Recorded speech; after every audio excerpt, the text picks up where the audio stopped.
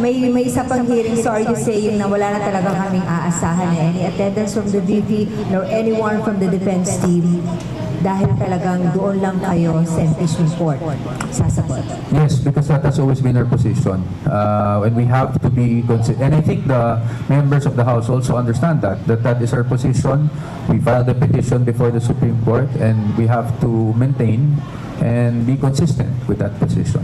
I had to ask kasi that the chairman kahapon made an emphasis again na for the second time, ang empty chair lang ang aming kaharap. So, she's still maybe somehow hoping still that, one day anybody from the team or no less than the VP would appear at the Senate. Opo, sa amin, that's our position. From the members of the team, again, it's the same Kung pumunta kami doon, it will be inconsistent with our position. And even if it wasn't, wala din naman kaming magagawa doon because again, our role is only to assist. We are the client, no? Or the respondent in this case.